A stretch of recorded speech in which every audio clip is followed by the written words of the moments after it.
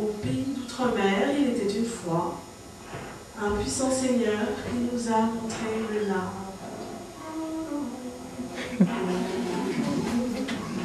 Nous rêvions de justice, de chemins à trouver, et un chant de fraternité nous a envoûtés. Nous nous sommes gargarisés de paroles fantastiques et conjuguions en cœur être exploité au passé. Mais dans cette atmosphère grisante des apparatchiks, nous ont volé notre chant et imposé leur musique.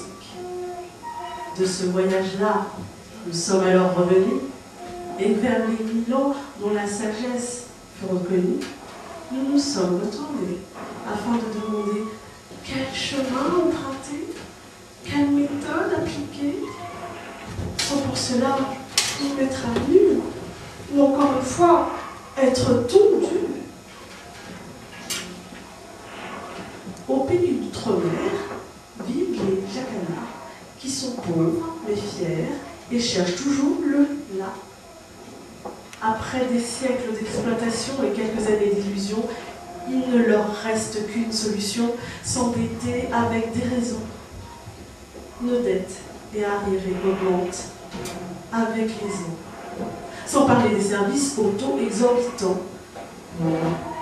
Dans un pays milan, un jour furent inventées de grandes institutions qui devaient nous sauver.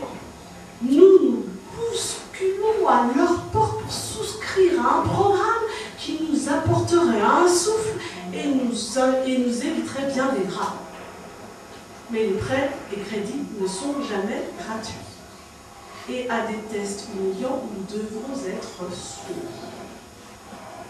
Peu importe après tout, que nous ne puissions rembourser des dettes que des seigneurs peuvent aussi effacer, du moment que nous payons les inévitables intérêts, dont le montant aujourd'hui est, dit-on, plus élevé que toutes les dettes réunies et tout l'argent emprunté. Nos moindres liquidités sont pour Paris, Londres, Washington, et nos caisses presque vides, comme ventre affamé résonne. Au pays d'outre-mer vivent les Jacana, obéissants mais fiers et butant sur le pas. Un grand mur, semble-t-il, un jour s'est écroulé. Un mur au-delà des mers que nous avons imaginé. Depuis, l'économie s'est libéralisée jusqu'au fin fond de nos pauvres contrées. Tous les pays Jacana furent contraints et forcés d'ouvrir grand leurs frontières aux investisseurs étrangers et à privatiser les secteurs nationalisés censés protéger nos arrières. Les Manitou de Bretton Woods, de plus, nous encouragèrent à créer des no man's land à l'intérieur de nos terres afin de booster nos croissances et nous redonner la cadence. Sur nous, ils s'abattirent comme sauterelles affamées. Ainsi, fleurirent chez nous les zones franches où hommes et femmes corvéables à merci travaillent dans diverses branches exportant des produits. Les chefs Jacana nous ont indiqué le chemin, mais sans nous tenir la main, en parlant de business et de radieux matin. Nous ouvrîmes des gargotes partout où il y avait des routes. Comment ne pas avoir de doute quand le futur se limite au lendemain? 4x4 et bolides dans nos rues, caracoles, mais la plupart de nos enfants ont déserté l'école. Nos hôpitaux ne peuvent plus nous soigner.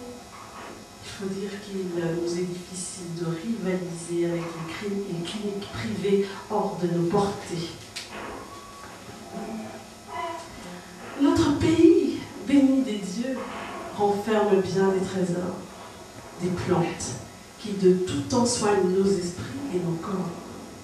Nos guérisseurs, qui en détiennent les secrets, sont aujourd'hui par les 1000 ans courtisés afin de connaître leur savoir qu'ils dupliqueront en laboratoire pour en faire des gélules, crèmes et comprimés qu'ils vont en leur nom breveter avant de nous obliger à les acheter.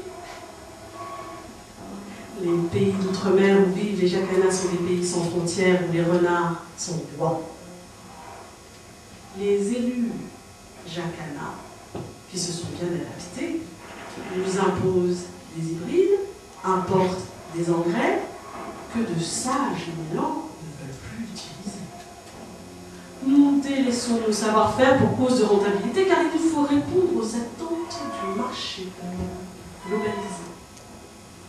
Mais les moissons espérées sont des zéros pointés, car les jeux pour jouer sont encore une fois pipés.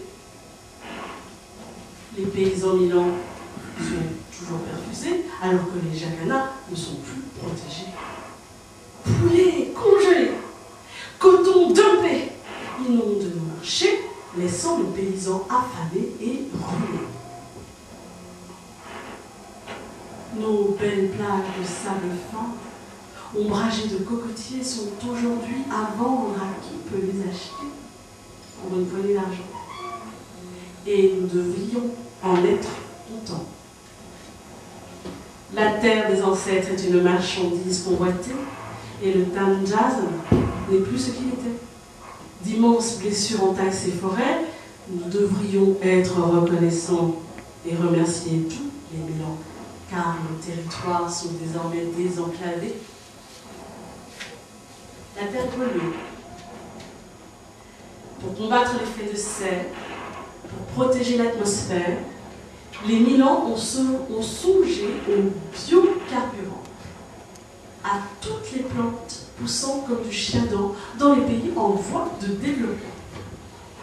Les palmiers à huile, le colza et les plantations de jatropha occuperont nos terres sans nourrir nos enfants.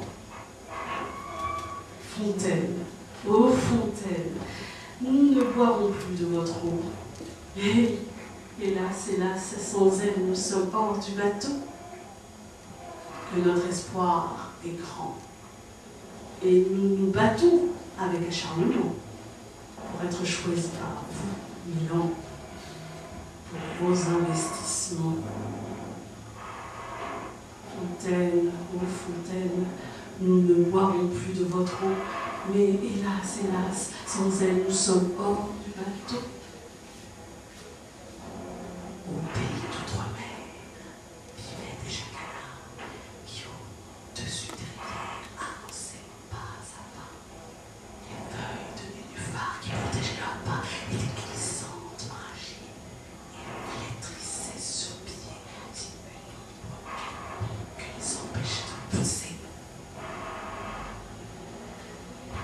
Chant d'un jour de galère pour que tous les jacanas rient un peu de leur misère et réfléchissent un instant à un autre type de développement pour moins dépendre des milans, puisque le monde est interdépendant.